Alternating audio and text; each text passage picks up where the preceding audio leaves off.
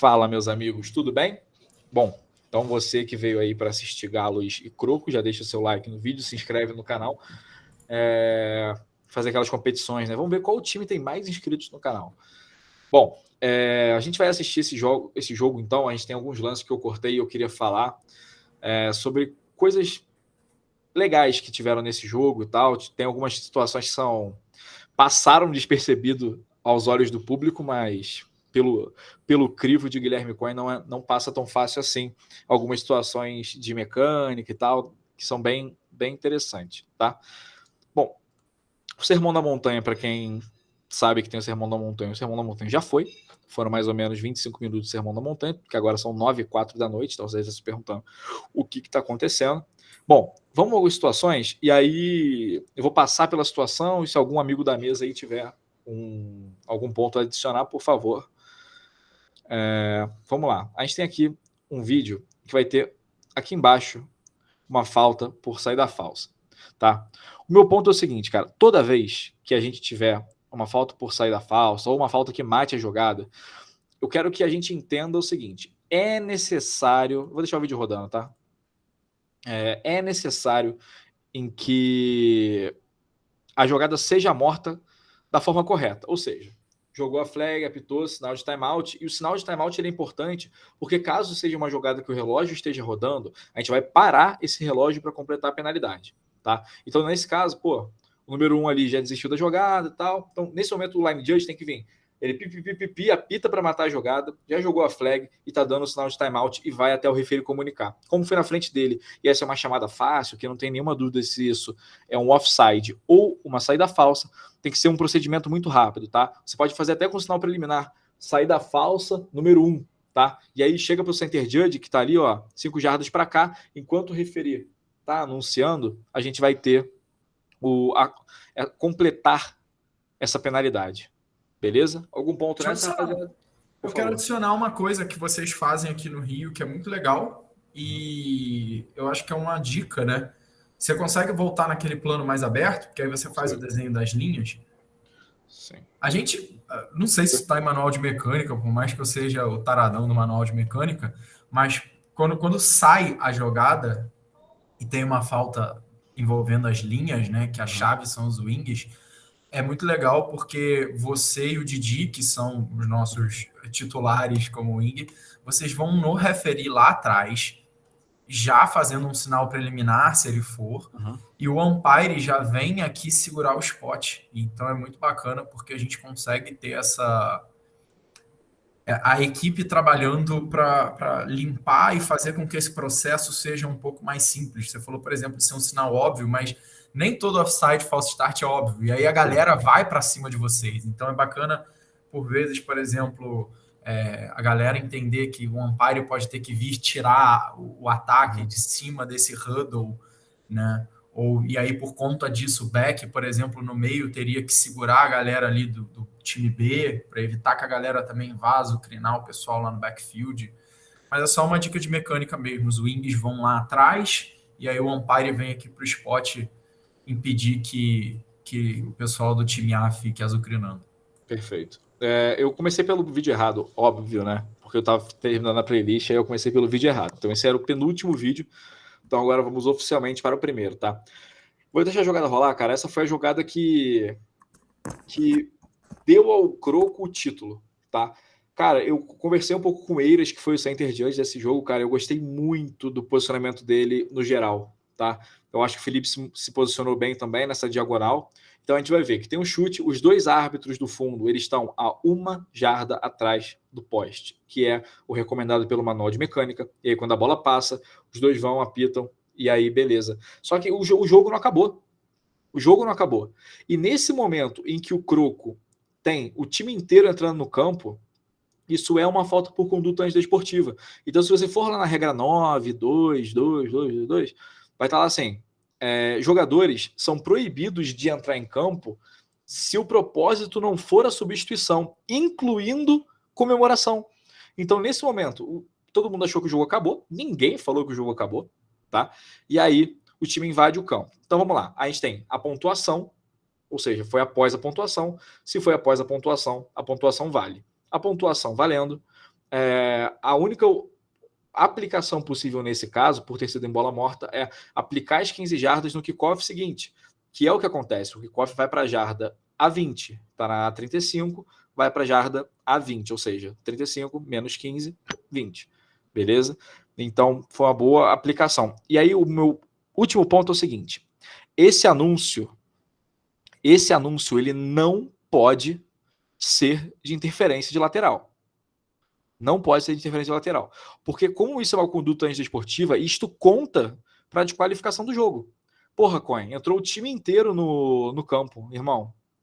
Conduta antiesportiva, todos os jogadores do Crocodiles. Ponto. Entende? Então, caso tenha algum jogador que precise ser desqualificado, deve ser aplicado. E não teve nenhuma conduta antiesportiva nesse jogo, então nenhum jogador deveria ter sido desqualificado. Beleza?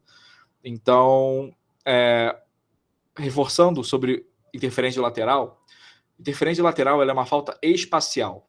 Quando um árbitro precisa desviar de alguém na lateral, quando um árbitro esbarra em alguém na lateral, isto é uma falta por conduta antidesportiva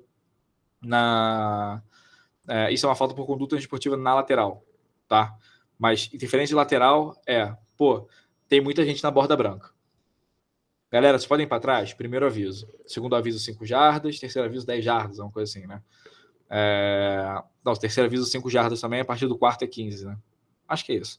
Mas é por aí, tá? Então o anúncio tem que ser conduta antiesportiva e não interferência de lateral. Beleza? Mais alguma coisa nesse? Só para te falar, esse aviso lateral, o primeiro aviso é um aviso, o segundo é 5 jardas, o terceiro é 15. Terceiro é 15, né? A partir do terceiro já é 15. Beleza. Obrigado, Pedrão. Vamos lá. Vamos para o próximo vídeo. Eu achei o fundo do campo bom na final. E eu fiquei muito feliz com isso. Porque tiveram chamadas bem complicadas e tal. E aí vamos ver esse lance aqui. Vai ter um passe, tá? E aí, cara, uma coisa que a gente tem falado muito é sobre caracterizar faltas por interferência de passe para que a gente saiba se aquilo é ou não uma interferência de passe, tá? Nessa jogada aqui, cara, na hora que eu vi, eu falei, nossa, igualzinha do Saints e Rams, que é um jogador que nunca vira e aqui, ó, ele tá fazendo contato com o jogador de ataque. E aí a flag é lançada no ponto da falta e tal, como ela é a mais de 15 jardas do ponto anterior. São 15 jardas aplicadas de onde começou a última jogada e primeira descida automática para o Coritiba Crocodiles. O ponto aqui é o seguinte. Qual é a característica, tá, dessa interferência de passe que está no manual de mecânica? Não joga para alguém. Desculpa. Deixa eu ver aqui. Doug, tá ouvindo? Tá no busão? Tá em casa? Já chegou? Tô em casa já. Beleza. Você tá conseguindo ver a interferência de passe que a gente tá vendo aqui? Beleza. Quando você vê essa interferência de passe, Doug, qual característica que você vê nela que está no manual de mecânica? No manual de mecânica, Sim. Quebrou. Aí eu te quebrei, né? Mas eu vejo a interferência de passe, claro. O jogador, o defensor, ele não olha para a bola em nenhum momento, ele não tenta defender o passe em nenhum momento e ele claramente atrapalha o wide receiver, né, de receber o passe. Perfeito. É exatamente isso. É não olhar a bola, não jogar a bola. Ele está o momento todo interferindo com o jogador de ataque, interferindo com a oportunidade dele receber esse passe. E aí, esse movimento dele não olhar para a bola, aqui, é o que caracteriza a interferência de passe. Beleza? Alguém quer falar mais alguma coisa sobre esse lance? Ou podemos seguir? Beleza. Cara, eu gostei muito desse lance aqui, sabia? Eu achei que foi uma baita chamada do Pina, que era o line judge do jogo. Ele se movimenta bem, ele faz corretamente. Primeira coisa, tá? Eu vou deixar aqui rolando, eu preciso fazer um comentário, porque se eu não falar isso, eu esqueci de falar nesse estudo, eu vou ter uma síncope. Esse recado, ele pode ser para os times, ele pode ser para os diretores, ele pode ser para as ligas, ele pode ser para quem quiser, porque essa carapuça em alguém vai servir, tá? É impossível que a gente vá assistir uma final de campeonato em que eu não consiga ver o número de jogadores, pô. Impossível. Impossível. É impossível. Tá? A gente teve esse ano na Taça Cairo Santos, na final, 2 times que iam jogar de uniforme escuro. Cara, beleza. Uniforme escuro, show de bola. Só que, amigo, se você não consegue ver o número dos jogadores, cara, isso fere a arbitragem, isso fere o espetáculo. Cara, isso fere todo mundo. E o livro de regras, ele é extremamente claro sobre números contrastantes. Coin, eu vi Last Chance e o número dos caras não é contrastante. Dane-se. Dane-se. O livro de regras da IFAF é muito claro. O número ele tem que ser contrastante à cor predominante da camisa. Se o Galo tem uma camisa preta, o número não pode ser preto. E aí é o seguinte. Mas os times acordaram que não vai ter penalidade de tirar um timeout em cada quarto e dar uma conduta desportiva no começo de cada tempo. Os times acordaram. Beleza. Então agora a responsabilidade está com a arbitragem de comunicar isso a todos e falar: o problema não é meu. O problema não é meu. Então, se eu sou arbitragem nesse jogo, eu chego e falo assim: vamos lá, eu peço pro meu center judge segurar, tá?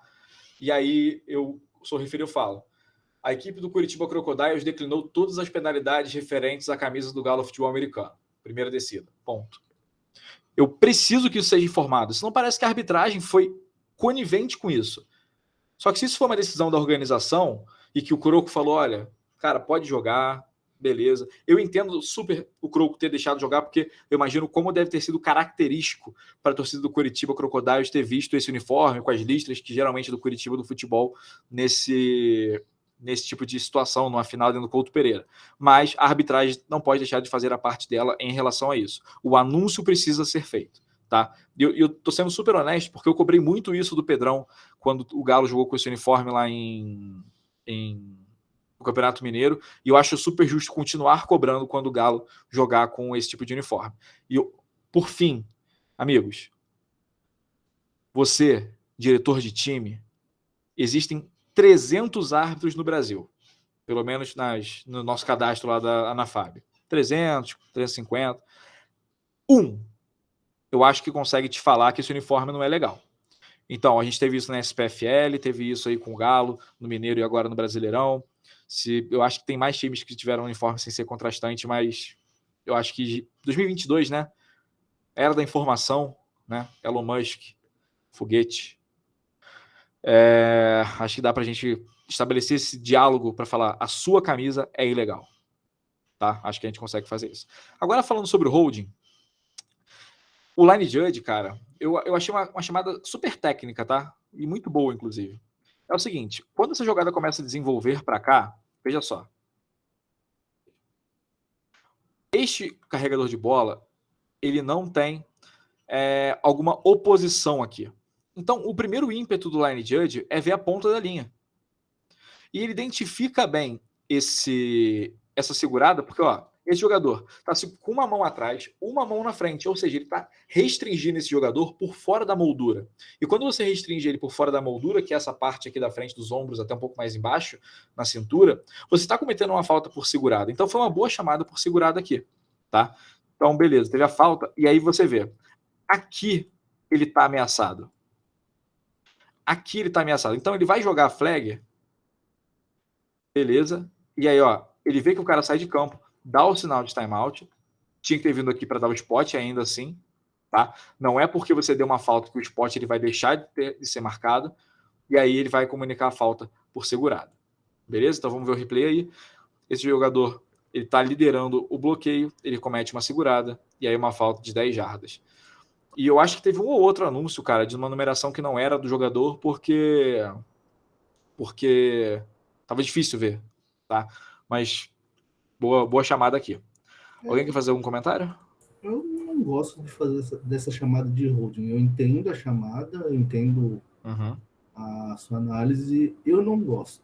Por que você não gosta, Felipe? Cara, eu não vejo restrição. Que isso, meu amigo?